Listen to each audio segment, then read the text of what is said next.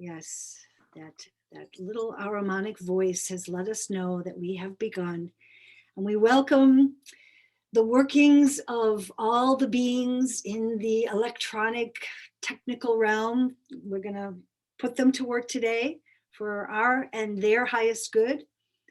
And as folks start to come in, we're going to begin, as we do, with the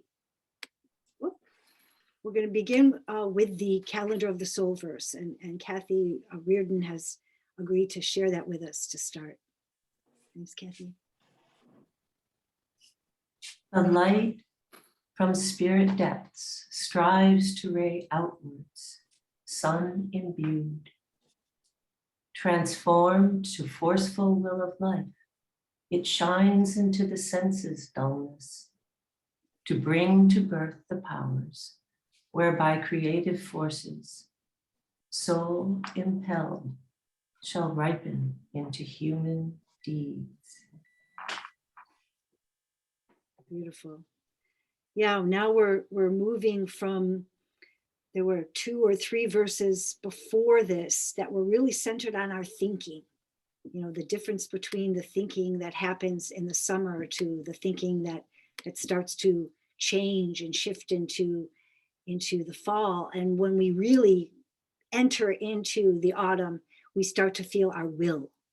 So you can see here that these forces of will, human deeds, yeah, sun imbued now, that we can take this will for life and let it shine into our senses. So yeah, it's wonderful to watch this progression from the verses and how that happens. So yeah, the Michaelmas season, we're moving deeper into it, and we've come to the All Souls Tide and this cross quarter between the autumn equinox and the winter solstice. You can see that at the bottom half of the screen there. So this is a time of great transformations, right? Because all the power of all the worlds, the past, present, and future, are really very much available to us. And again, we were talking a little bit earlier about, before we started, around this idea of the northern and southern hemispheres. And you can see this, if you look at the polarities of the way things work on the wheel of the year, it gives you a feeling for that. And yeah, this time of year, you know, the veils between the worlds are thin. Many, many cultures speak about this. And, you know, there's this spiritual world sort of beckoning us to come into their realm.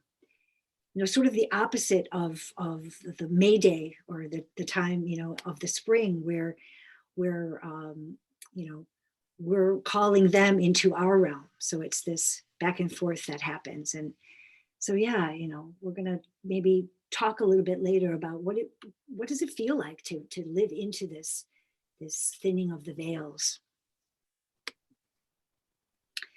So yeah, in the realities that the great Rosicrucian initiate Rudolf Steiner brings us in his many teachings on communicating with our dearly departed and working with the spiritual hierarchies, we learn that, you know, not only what the dead can teach us about the life between death and rebirth, but also what it means to be human in a spiritual sense. So we learned of the importance of working with the so-called dead and the angelic worlds for both our own and for their development as well. And also for the future evolution of humanity. So yeah, this is important to see, you know, how much is out there and how important it is to do this work. Yeah, but there's a language, there's a way of speaking, a way of communicating with the dead that is much more effective than we might think. And that's using the language of verbs, activity, movement. You know, the dead do not understand proper nouns, right? They live in the astral world, which is one of openness and connection. It's a heart world. It's an image world of weaving, interconnected feeling. So for us, the fact remains that a human soul becomes a memory after death, that our memories rise to them. They experience our memories, our loving thoughts and feelings as art, as creation. So not only do we become living books for the dead, we also become their art. Does that make sense? Yeah. So yeah, like the world of dreams, the world in which we encounter the dead is not a world of things, but primarily a world of images. There is, we're not outside, but we're inside what we perceive, just like in a dream. Yeah. And the souls of the dead, they need nourishment, just like we need food on earth. So our thoughts filled with love and heart become food for those who have died. And at the same time, through this process and through the process of living thinking and living feeling, the dead can also communicate with us. So, the connection doesn't stop. We're going to be talking about connections today. They still have a lot to offer.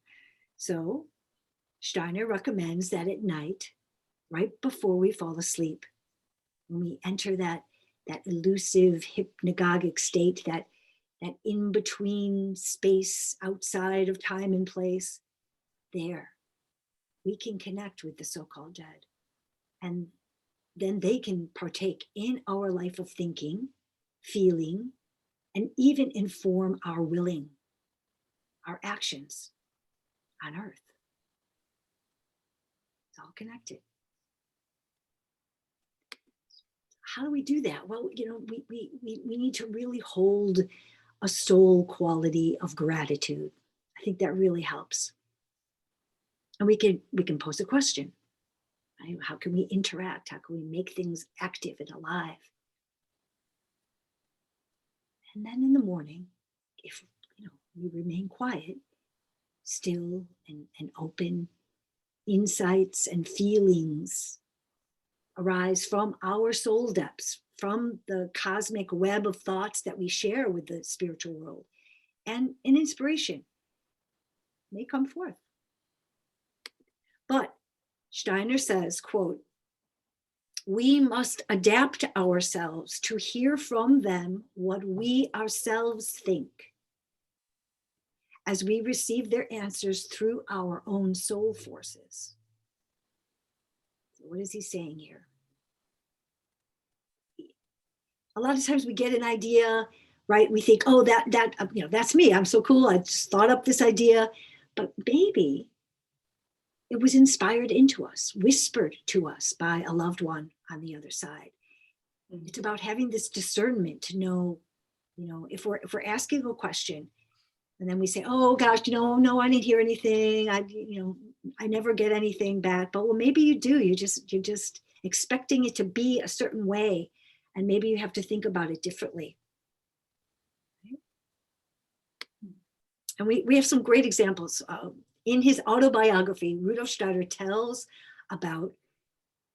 talks about people who had passed through the gate of death and how they helped him create things like his main philosophical work, a little book called The Philosophy of Freedom. Maybe you've heard of it.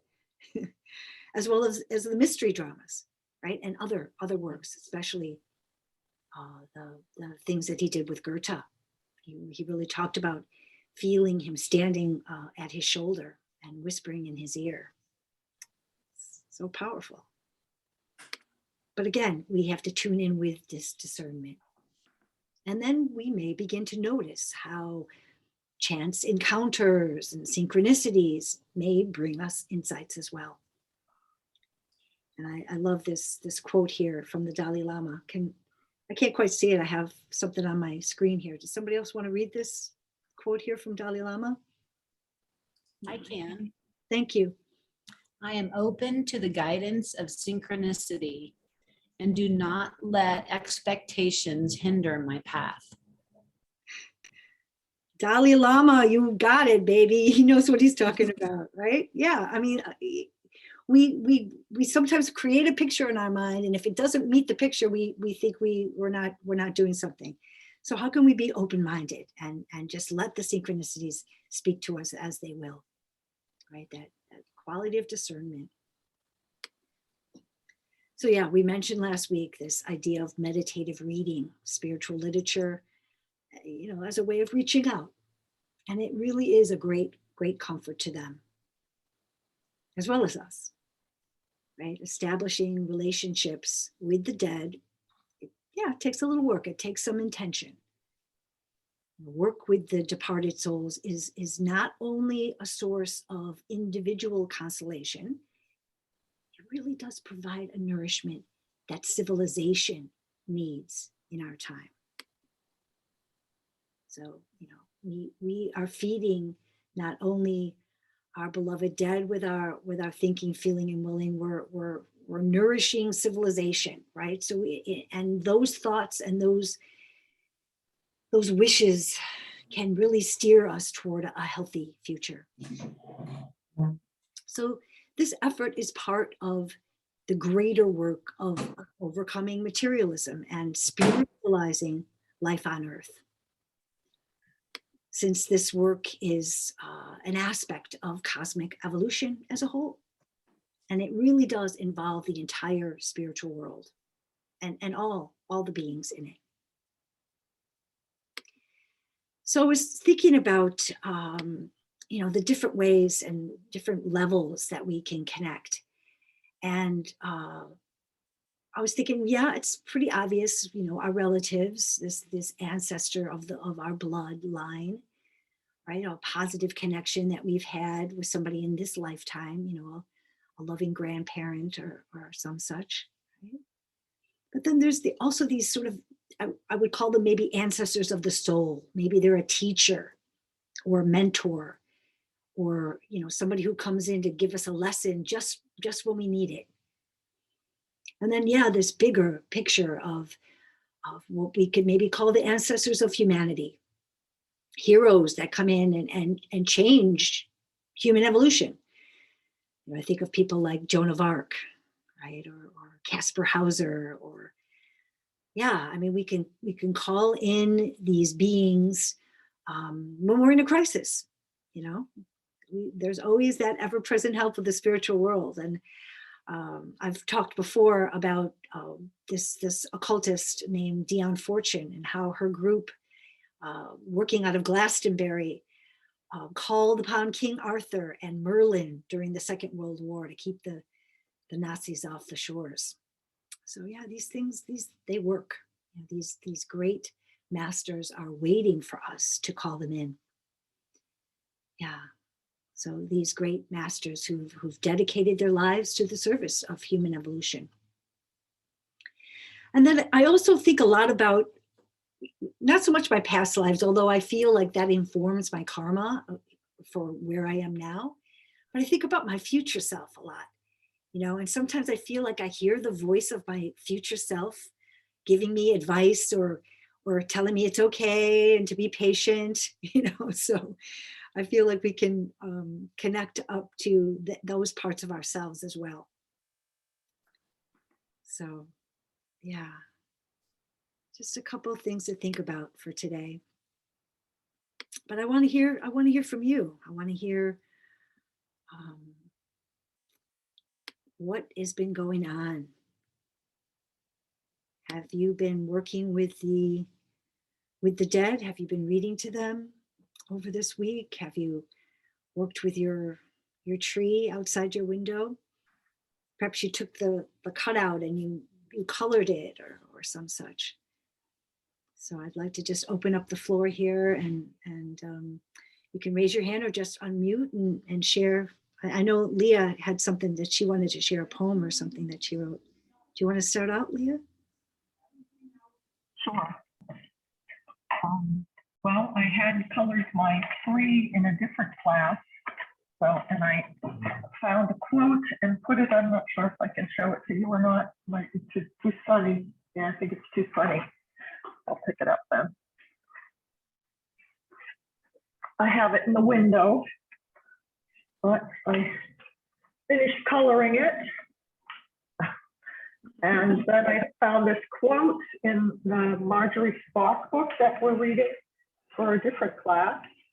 And I cut it out and put it up by my tree because it says, destiny should rather be painted as a tree, stunted or majestic, sending its roots down into the fertile soil of experience. It lifts its crown into the sunlit air of creative possibility, there to bear fruit.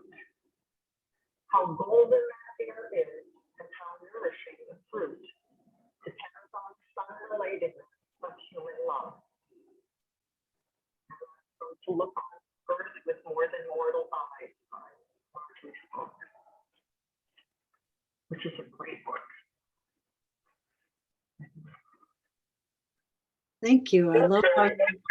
I love how you're interweaving all of the work that you're doing with applied anthroposophy. That's beautiful. Thank you so much. Yeah, I was under the understanding that you were weaving it. It seems like Well, I think everyone in class is we're all doing it. That's right. That's right. so, Perfect. Neelima, I see your hand is up. Yeah, I may not be able so readily to share the visuals, but I am working with the dead in a couple of aspects. And there are some people on this call, in fact, that I've had sort of offline conversations with about this. I have 2 different altars in my room set up right now. One is for my father, who died this June. And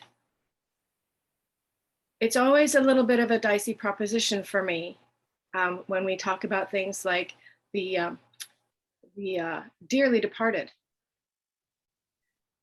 because there are still deep feelings that do not resonate in a happy way. And so the question of reading to and working with and being receptive to the departed when there's still so much real life work that needs to be done. And so Hazel, you and I share an attribute, which is a hesitation to engage in the arts. So behind the altar for my father is a blank sheet of paper that my art supplies that are dedicated to, I'll have the house to myself this weekend. And so I'll be doing this dance with the art supplies and my father to find out what our relationship, how I feel about engaging in our relationship further. The other altar, I'm glad you mentioned something about our soul ancestors, because the other is for Vivian Struve-Hauk, who I didn't even know her birth date, so I couldn't do my altar perfectly, but to see, to be walking into that relationship with people who are your heart ancestors and your heart family, even if they might, I've only met her a couple of times, but she influenced me deeply. So, yeah, and yes, I read to them both, but it's funny because she was an anthroposophist and my father was an atheist. So it's interesting to imagine we read the same things. Yeah, thank you so much. Yeah, that's a beautiful point that you brought up, and I really thank you for that. Because I also had a very hard relationship with my parents, my father in particular. And for many years, I would be doing these lectures and workshops about working with the dead. And it was like, I couldn't do it with my dad. It was like I still felt like I had to put the protection up. So yeah, it's about peeling away those layers, and it's a process and a forgiving, and yeah. But it's been interesting the last few years. I've been feeling this loosening where he's trying to help me as a way of like, well, I couldn't do it. I did wrong in my life on earth, and now I want to work. I see what I did. As we go through this kama loka, where we feel what we've done to others, it changes us, right? So we can have hope. Yeah, and doing the work, I think, helps on so many levels, not just for our own individual things, but we're loosening something in the bigger world as well. So thank you for that. Elizabeth?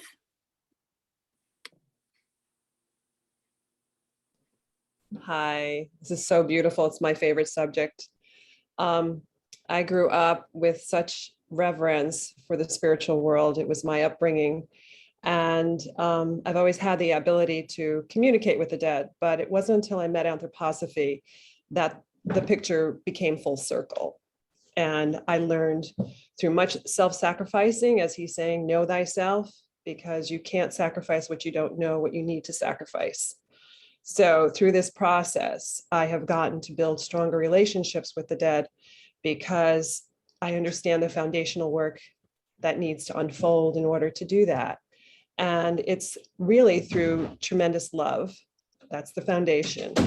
And our interest in the dead and our interest in those that are alive. See, if we can stand and see that divine element in each soul, regardless of the storms that overlay our relationships with others, we can make a connection when they have to leave this world. And so, like most of us here, we've all had our trials with our families. And I always had a very kind of rocky relationship with my own mom. She was doing her best, but none of us come without things to work on. And it was really interesting because when you have that such, they are our guides. When we come in, we choose them, but yet there's so many trials and tribulations that go on, this contrast between each other. And whenever I felt like I was getting over something, I would find sometimes I'd be back down the trenches having to work on it again with her. But I remember, like, it was during the last year, I was meditating and I just poured my heart out to her. And I said, Mom, what could I do to improve our connections now? Because she's in the spiritual world. And she said to me, forgive me, Betsy. Forgive me. Mm-hmm. And so I really work with that aspect of it. And one thing that I would also love to share is that in a group that I have that we meet every week through via phone, because we can't meet in person. We've been doing it for 18 years. We work on these relationships with the dead. And so I read to the dead every night so I can strengthen my connections.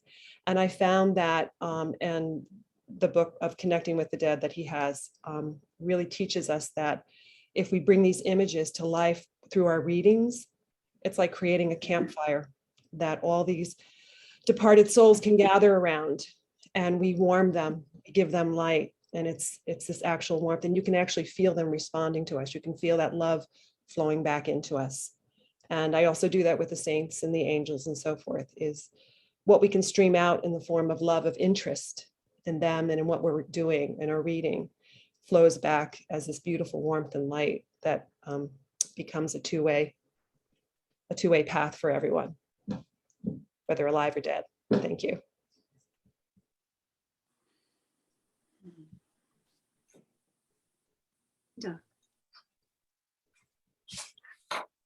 Linda, would you like to unmute and share? I see you have your hand raised. So yesterday I'm going to try not to cry. Yesterday I took a family ride with my dead brother and mother and father up to the Earth ships in Taos, New Mexico. Now, my brother died young, but he knew in the 80s how many gallons of water it took to flush a toilet. And he just never found his way in this life. And my father made cement blocks. So as I walked through there, you know, you flush the toilet and the water's already been used 3 times and it'll be used 1 more time. And it's only 1.6 gallons. And I say that to him, look at this. This is what you have to do when you get back here. This is it right here. And I told my father that he was out of his profession won't work for him next time because this guy uses recycled cans and bottles and tires to make walls. So anyway, it was really, I just felt like they were with me. And my mom, it was hers, let's see now, 29 years ago, she died yesterday. So that's what inspired me to go yesterday, so. Thank you. Yeah, those anniversaries, those milestones, it's important to keep them. Thank you. Carolyn? Yes, I really appreciate hearing these things. I am presently reading The Dead Are With Us, the little small book. And it's a little bit challenging. I've recommended it to friends and I'm thinking, oh boy, this is not so easy. And it's the reverse part that your question is really reversed. And that takes some thinking about. But I decided every morning at 10 o'clock, I read to my brother who just died a week and a half ago at 72 years old. And he was a very troubled young man. And I've always worried about him. Ever since he was born, I worried about him. There's quite a big age difference between us. Anyway, the only way we knew he died is I called him and I couldn't get him. So I called the police and they found him deceased on the floor. And I think, wow, I was called to care for him even at the end. And I just care about him so much. And so I'm reading to him every morning at 10. And I just find it, I read out loud and it's a real joy. It's a real joy to make this connection to him. I'm looking forward to hearing back from him in the morning. I'll wait and listen. But apparently we already know that answer. So it's a little bit confusing to wrap my mind around it, but I'm trying. So thank you for bringing this up today. Yeah, this idea of how everything's reversed in the spiritual world, right? Right. So, sometimes it's might be interesting to maybe read something backwards to him and see what comes forth.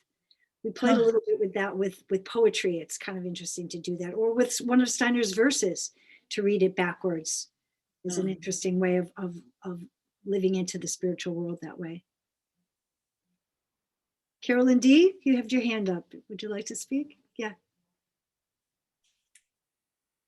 It seems to be, am I open or? Yeah. Okay. It seems to be a interesting morning. My computer crashed and just as I was talking, someone called. I'm in the Biodynamic Association of Northern California and we kind of hold community for all the farmers in Northern California. And one of our elders is passing. And so we're holding kind of a community vigil. So anyway, I also been working with my godson, this is Earthy, and he passed away suddenly in August of an accidental overdose. And it was devastating and shocking. He was a very charismatic, beautiful, wonderful guy. And this was just not what we all wanted to happen at all. So anyway, we've been really kind of working with him and what's been lighting up for me is the issue of the Bardo and how to work with someone who passed young and who really, you know, we weren't ready to let him go. And the issue of addiction and hunger and desire. And, you know, he was my godson because he got adopted because his parents couldn't take care of him. You know, I just kind of had to step in when he was about 9. And so I've been sort of working with across the threshold, sort of in a sort of Bardo state. I've been doing eurythmy. He really likes that. He likes eurythmy. And he likes the movement, and he was right there with me during a long period in the hospital when we were trying to hopefully salvage what was left of his brain. But he was ready to cross. But I felt him very powerfully close during a lot of that time, and so did many other members of the family. Anyway, the thing that I don't know, I can't, there's so much to share, I can't share it all right now, but the whole issue of addiction and trauma has really gotten lit up. And of course, there's a studies by Gabor Mate about how addiction is very much driven by early childhood trauma. And I felt like this was very much the case of what was going on with Earthy. We called him Earthy. So I've been kind of reading the Bardo, reading Rudolf Steiner, reading all kinds of different things. But I came across the Land of the Hungry Ghosts. Part of our process has been to do a little process with the Abhayagiri monastery near here, which is a Buddhist monastery. We have 2 Buddhist monasteries in our town and a lot of Buddhists, and some of my family is involved in Buddhism. So we did a little puja for him. But there's a part of the Bardo called the Land of the Hungry Ghosts, where everyone, it's really a state. It's a state in all of us, alive or past or wherever, where there's this deep sort of longing and hunger that we never can feel fully satisfied. And everyone has little tiny mouths and great big bellies. And no matter how much they pull in and how much they actually really have, they never feel like they can fill themselves. There's this sense of hunger, and there's like 5 or 6 or 7 levels of the Bardo, and this is just one sort of phase between the animals and the hell realm and the human realm and the gods. And anyway, the first thing that the being encounters is the red light. The red light is perception of basic purity, but it's very scary to a newly crossed person on the threshold. So they tend to be drawn to the calmer yellow light of the hungry ghosts. And but the red light is really the Buddha of compassion, Amitabha Buddha. And I felt really connected to that. It's the deep compassion and wrath of God. So I've been working with the blessed light of Amitabha Buddha's compassion and trying to take refuge in it, but also running into my own issues and hungers and desires. And, you know, we're in it together. That's all I can say. We're all in it together. And our whole society is, from my new perspective here, we're all a bunch of hungry ghosts on some level. So anyway, blessings for Earthy, and he's teaching me as much as I'm able to take in. And that's what I've been going through. Thank you. Yeah, you know, I was thinking that we would extend our time and talk about All Souls again next week. You know, and to really give an experience of what the life is between death and rebirth from an anthroposophical point of view. So maybe we'll extend that next week and, you know, touch on to Martin Moss a little bit then too. because I think it is important to think about that for ourselves here on earth. What we can do to make that time there more productive and less painful, perhaps. So I think, Sandra, did you have one last comment before? I really want to turn it back over to Nancy because she's got a wonderful project for us. Did you want to speak before we transition? Well, you have to unmute. Thank you. Try to keep it short. The idea, there's a lot of things to say, but the idea of the community of the dead and how they can link people on earth. So a friend of mine's mother who passed away when she was young, I've sort of connected with her mother. And I feel like I'm serving as her mother for her mother on earth in ways that her mother would do if she could be on earth, but can't be. So that's just another aspect of how connecting with the dead can also develop communities on the planet, on earth. Nice. Beautiful.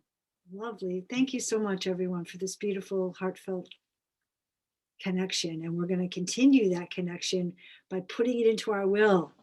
And I bring our leader in. Nancy, take us away. Okay, here I am. We'll need a piece of paper and scissors again. And if you do have it, some tape. If you don't, that's okay. I use just printer paper, and I'll give you a minute to go find your paper, scissors, and a little tape is nice today. And then you can do coloring if you want afterward.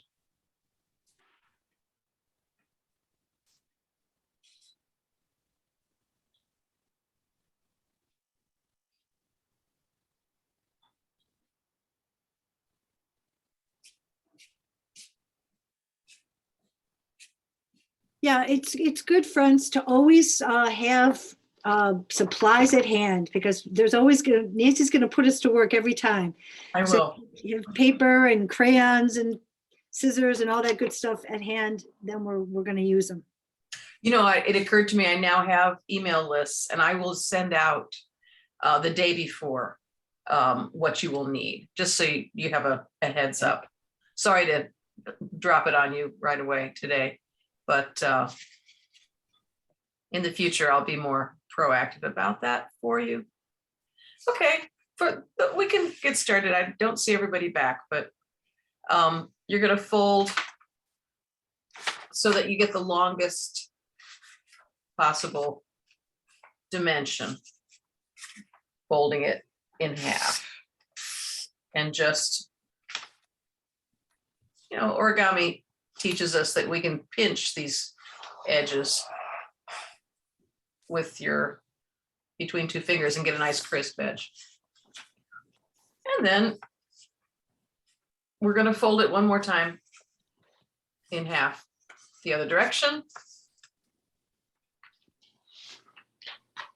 Accuracy in folding is always appreciated.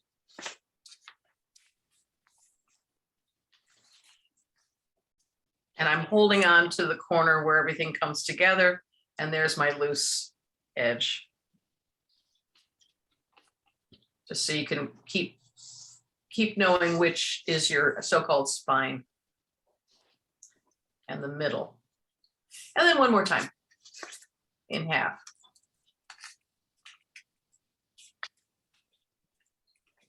So we have kind of a pamphlet or a folio. And I am again holding on to the place where it all comes together. And this is the edge to where it's all very loose. So this bottom, what I have at my bottom is folded, and this is loose. Let's remember where that is. And we're going to cut. Everybody pretty much folded. We're good. Yeah. I'm just going to cruise through and see. I usually ask the children, hold it up so I can see you're done. Thank you.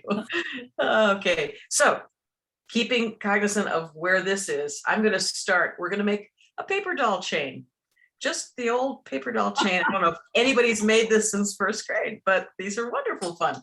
And you need to leave at the fold something that's not cut. And then these folds will work for us too. So I'm going to cut, and I don't encourage drawing in advance. I'm going to cut a foot. Yeah, there's the beginning of our doll going up from the bottom. This is the ground foot. And we're going to cut down then a downward stroke for a hand, leaving a bit of that fold for the hand to join and up to a shoulder. Yeah. So I have two places where it is holding. Now, I'm just going to go ahead and make the angel, like Hazel sent us that lovely image. So what are angel wings? And again, make a curve for wings, but leaving, so I have now 3 places that are joined. I think I'm putting it wrong place. Yeah, that's the crease. That's what the tape's for. If you break it, don't worry. And then turning it a little bit, I'm going to come down and not cutting this crease here. I'm going to make a wing and a head. I must say, I really love cutting without drawing it in advance. You just get more surprises that way. Not necessarily what you want, but a good surprise is always good to work with. And then up. Now, in this case, part of your wing is folded and part of it is open. It's okay. But remember, there are some that are folded. And then I'm going to try to make a symmetrical angel here, more or less, as well as I can. And I'll let you just finish watching your own work.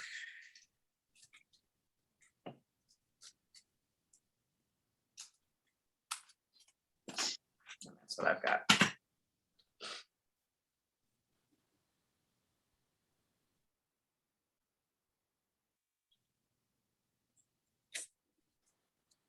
I don't think I got my fold right. Oh, that's what the tape's for. Don't worry. You can unfold it and tape together where it's broken. Okay.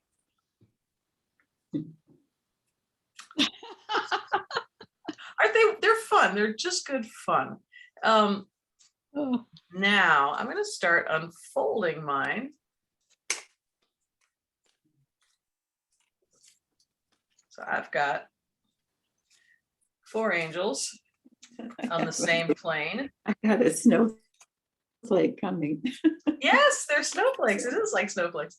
And then if you unfold it again, then you'll have the reverse, yeah?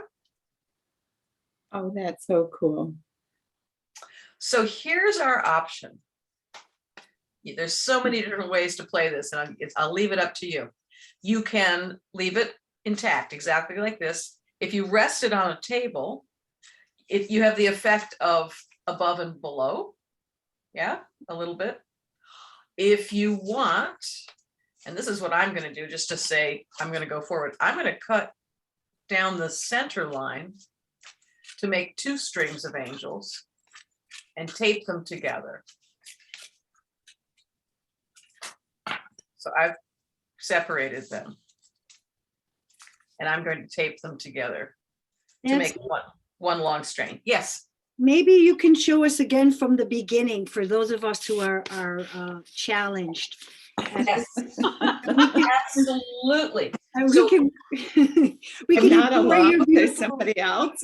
Yes. No, thank you. I need all sorts of questions like that. So here's, you want me folding the paper again or? Yeah, so we're going to fold the paper again and start. Let's Okay. start again, like just. Everybody else can be finessing what they're doing and anybody who needs it. So we fold the paper again Right. so that you have the longest length possible.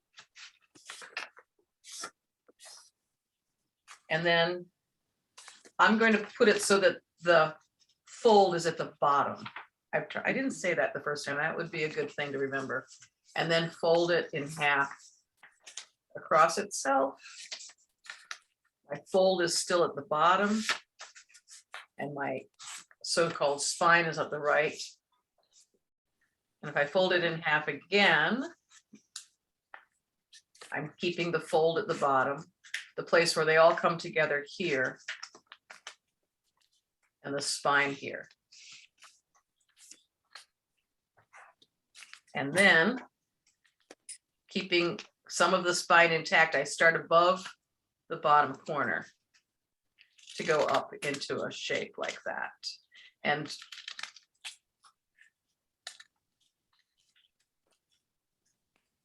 there's the beginning of a hand, a simple hand, a shoulder, a wing. So the hand and the foot are joined and the top of the wing. Please slow down. Please slow down. I'll stop right here. Thank you. Give me all the feedback you need and all the questions. I think you just have to reinforce that you don't cut those 3 areas on the spine. Correct. Correct. You're leaving. Oh, I see. Yeah, I see some as you hold them up. Mhm. Yeah, they're Oh, right. here's You do want to keep the connection. We're working on connection here. This is our connection. Okay.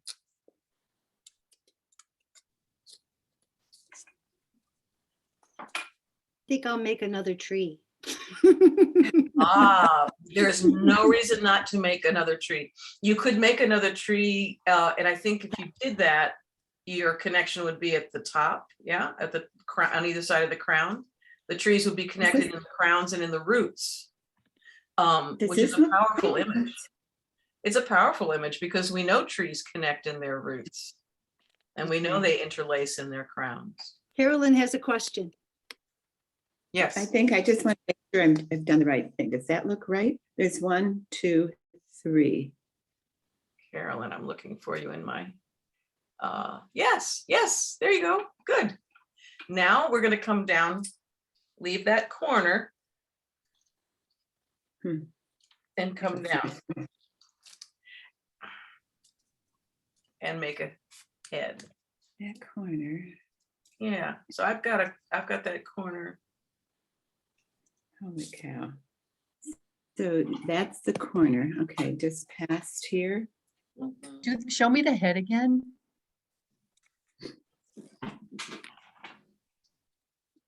There, I've taken just a little bit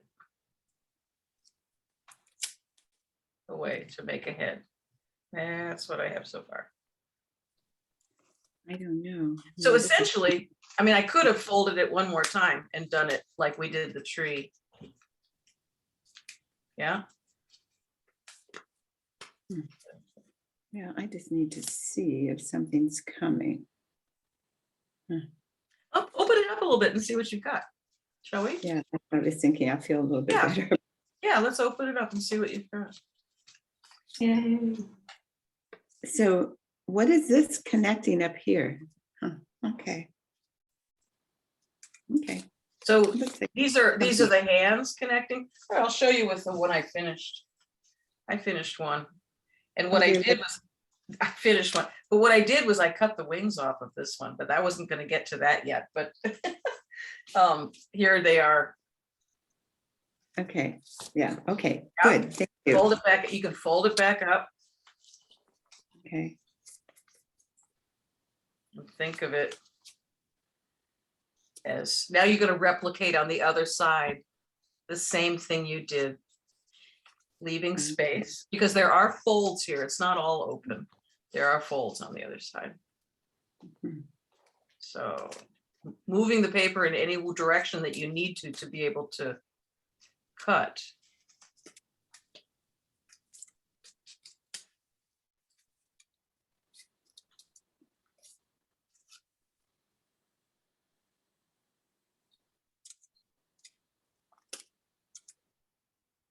Oh, let's see, Hazel.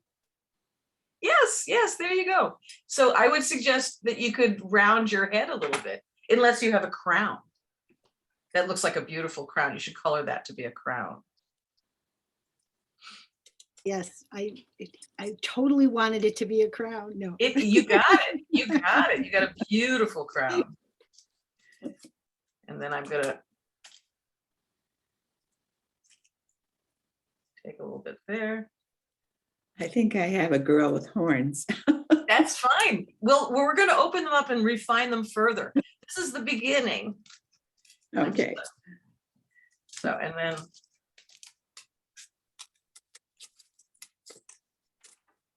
You're there. there's a.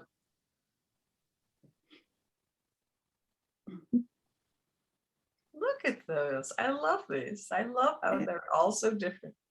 Lovely. Oh, beautiful, beautiful. I suggest now that if you open them, which some of you are doing, we have a chance to have a row of angels. You may leave it at that with crowns if you want to color, but I suggest actually taking away one of the wings that we so carefully made sure they were connected. But if you take one away, then you have angel person.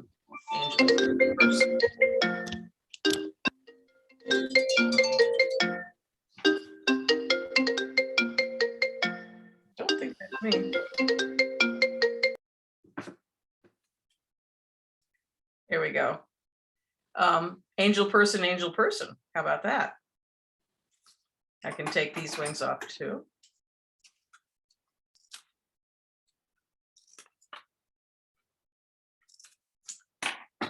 So we have angel person, angel person. Now maybe this person needs to be a guy with, not a dress. Although I am Orthodox, I grew up with a lot of men in dresses. But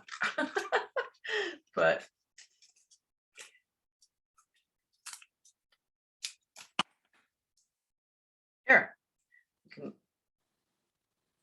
So I have an angel, a man, an angel, and someone in a dress. So,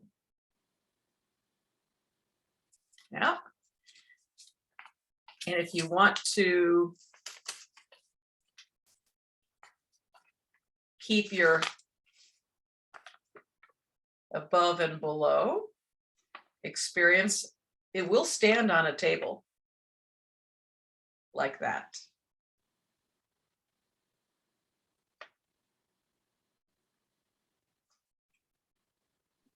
So beautiful. Really, really so amazing. You also can cut it down the middle, and then I taped the two together here. And I had to flip it so I had angel woman, angel woman, angel woman, angel woman, but then I refined his pants to make a man. So play with yours a little bit. Carolyn, I love your crowns. That's so beautiful. Yeah. Oh, look, beautiful. Like, yeah. And we're coming near the festival of Santa Lucia, which in Norway, the country where part of my family's from, the oldest daughter in the family puts on a crown of candles and serves breakfast to her family. That beautiful image of the woman in a crown of light. Beautiful. Thank you so much. How fun.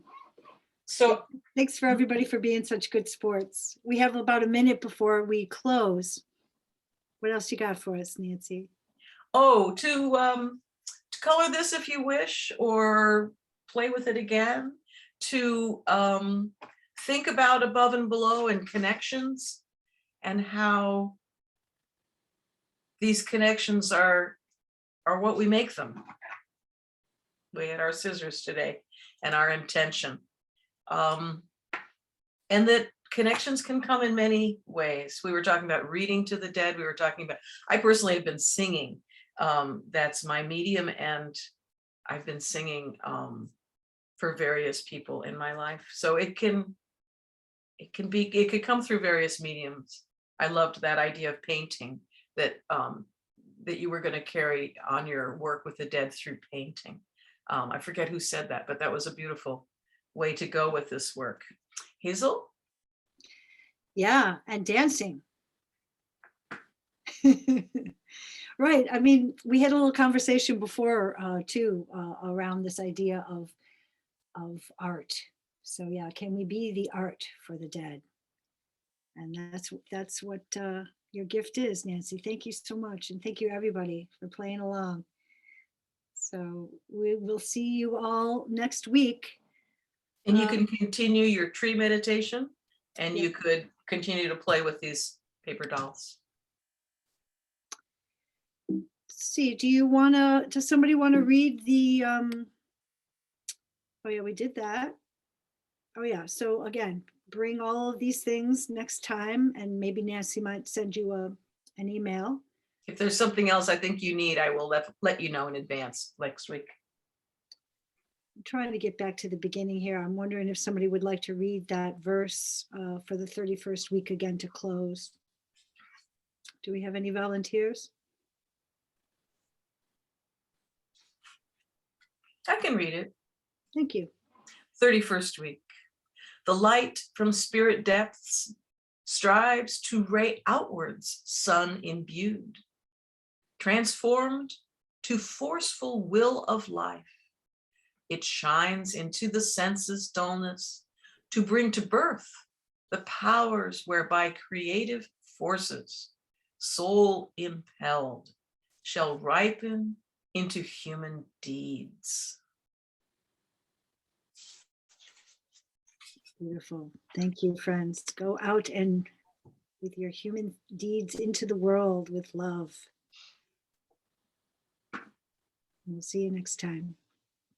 Thank you. Thank you. Thank you so much. That was amazing. Really so special. Thank you. I would love